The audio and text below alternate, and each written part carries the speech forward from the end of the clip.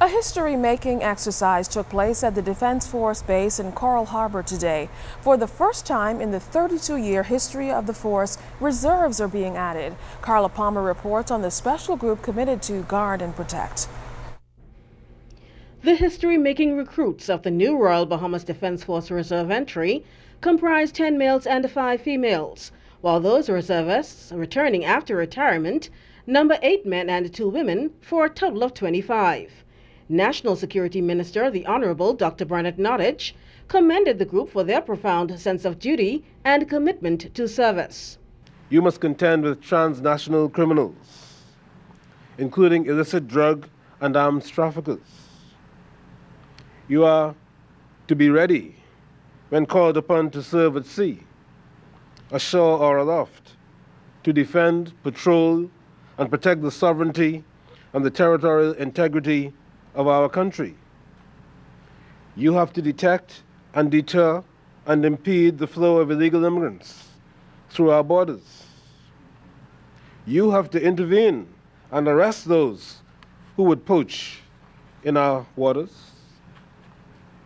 You have to assist with search and rescue operations.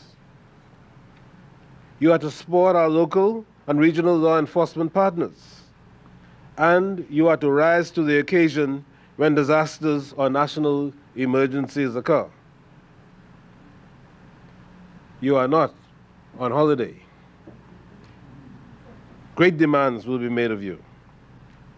And when they tell you that you got to go to sea, you can't be talking about what happened at home and how you can't leave this and you can't leave that. You got to go.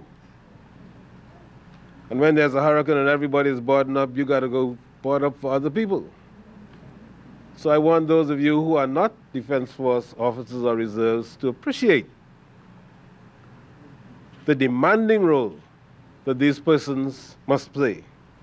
The passing out ceremony comes after 7 weeks of intense training. Deputy Manager at the Central Bank of the Bahamas, Luther Smith, and Stephanie Darville, a casino croupier, were named Best Male and Female Reservists. This is something that I always wanted to do. I always wanted to serve my country. You know, for some reason early on, I didn't get the opportunity to be a part of the force, and because of age requirements, age restrictions, I went off to college, and by the time I came back, it was a bit late for that. But now when they decided to bring the reserves on stream, I saw it as a perfect opportunity to get where I really wanted to be. I encourage, you know, a lot of young women my age to come and try it out, because this is something that I had always wanted to do, but at an early age, my life took a different turn. And I saw the opportunity, and I took it. Also during that ceremony, Marine Reservist Ronaldo Miller received the Training Officers Award, as well as the Most Physical Award. Each reservist was encouraged to wear their uniform with dignity and pride, remembering that as they do so, they represent themselves as individuals, the government of the Bahamas, and by extension, the Bahamian people. Carla Palmer, ZNS News.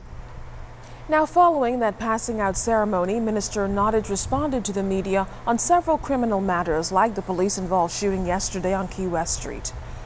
The bottom line is that a crime was being committed. There were persons in possession of illegal firearms, and they were prepared to use them in an event in which the police were responding to calls for help from members of the general public. And this just demonstrates how dangerous the life of the work of these police officers are. And people really get upset when there are incidences involving the police, but they have to understand, and I think this particular case shows it graphically, that the police have to put their own lives on the line to protect the rest of us. And so, fortunately, the police who were injured, the injuries were not fatal, but when you think about it, it could easily have been. Now, Minister Nottage says the government will continue to be relentless in its effort to fight the criminal element. We've been trying to educate the public about the dangers of being in possession of illegal firearms, illegal weapons of any kind. And for the life of me, I cannot understand why people do not see the serious impact it has not only on law enforcement officers but on the people themselves. The other day we heard about two men fighting with a cactus in the middle of a busy thoroughfare. I mean, both of them must understand what the results of that are going to be.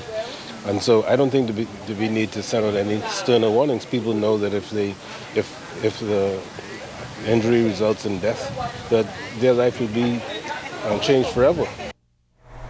With less than a week to go before former Prime Minister and North Abaco Member of Parliament Hubert Ingram's resignation from Parliament, the Free National Movement is undecided on a nominee to contest a by-election in North Abaco. Officials had planned to announce the pick last night after a special Central Council meeting at the party's Mackey Street headquarters, but that didn't happen. Altavis Bunnings was there when that meeting ended. Free National Movement leader Dr. Hubert Minnis announced at a press conference Thursday night that Abaconians Greg Gomez, Kai Mills, Jackson McIntosh, and Perry Thomas are the 4 potential candidates recommended by the Free National Movement's North Abaco Constituency Association to replace current Member of Parliament and former Prime Minister, the Right Honourable Hubert Ingram. The party's Central Council usually vets the candidates after the submission for full ratification. However, that didn't happen Thursday night. We have deferred our decision tonight to further consider each candidate. All candidates are very, very outstanding. When asked about a reason for the deferment, Dr. Minnis only noted that the ratification process is taking longer than expected. However, the FNM leader dispelled claims that party officials had any disagreements at the private special Central Council meeting. We have never before, to my knowledge, had such outstanding candidates who want to represent the Free National Movements. And we feel that through the democratic process, we're going through a methodical democratic process, and it's taking a lot longer than anticipated. Members have agreed that all 4 are very, very excellent candidates, and therefore they would like to review all 4 thoroughly because they're all running, essentially in athletic terms, neck and neck. And therefore they want a camera photo. While remaining tight-lipped on specific campaign details, the FNM leader confirmed that each potential candidate is campaigning in North Abaco and is receiving the constituents' full support. He also noted that Mr. Ingram has been consulted on prospective replacements and commits to supporting the Free National Movement's by-election bid. And while a North Abaco parliamentary contender has yet to be named, Dr. Minnis maintains this is not placing any disadvantage on the party's influence in North Abaco. People know the position of the FNM. They know what we stand for, and the people will take all of that into consideration. But the question remains, what if the Free National Movement doesn't win the upcoming North Abaco by-election? If is a very powerful word. There's no if in this. We will win that seat. We're not only aiming to secure the seat, we're aiming to increase the margin of victory. Dr. Minnis couldn't predict when a unanimous decision will be made on the party's by-election candidate for the North Abaco constituency, but he noted that fair and democratic discussions will prevail. Altavis Bunnings, ZNS News. Well, the Free National Movement leader is also responding to Prime Minister Perry Christie's claim that the proposed referendum on gambling in the Bahamas hinges on the resignation of North Abaco MP, former Prime Minister Hubert Ingram. Dr. Minnis says the Prime Minister was well aware of Mr. Ingram's resignation and its date. Police and Defense Force officers faced off with vendors at Cabbage Beach this afternoon before the group was expelled from the beach. The stretch of beach north of the Atlantis Resort was apparently the site of a violent altercation, and now the Atlantis Resort is concerned about its patrons. Harla Dawn Davis spoke with angry vendors today. With hundreds of tourists flocking to Cabbage Beach each year to get a taste of that Bahamian experience, it appears that dozens of vendors are losing thousands of dollars because they were told to withdraw their services. I do chairs and umbrellas. That's what I do for a living. And we need some assistance out here right away. It's very hard. It's hard for us out here. Every day we got to come out here. Every day we see the police up in our face telling us we can't rent no chairs and we can't rent no umbrellas. They're taking our chairs off the beach, taking our umbrellas off the beach, saying we ain't get no permission. It ain't right. All of us out here been working out here at least, at least 5 or 6 years or more. Like me, I've been out here for 17 years myself.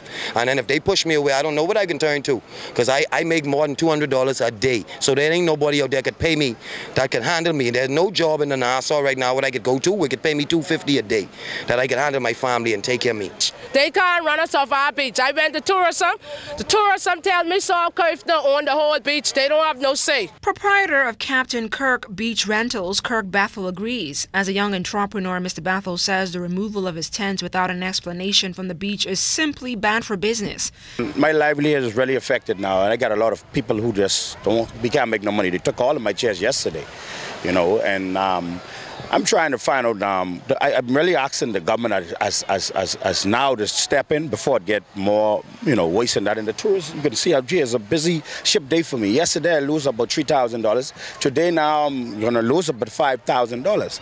This tourist from Southern California says he has been coming to the Bahamas and staying at the Atlantis Resort with his family for several years and believes the decision to remove vendors from the beach is not a good one. Every year we come here and we come to this beach and it's beautiful, and there's guys that rent us chairs and umbrellas for the day, and I understand they're being chased off.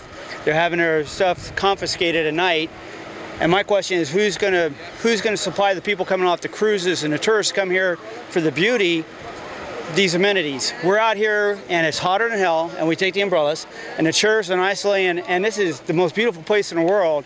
But it's nice to come to and have an umbrella. Sit out here, you fry. Meantime, ZNS News spoke to a tourism supervisor for Cabbage Beach who declined to comment about the issue on camera, but did mention that a number of tourists have complained about being robbed of iPads and other personal items which have been posted on the internet.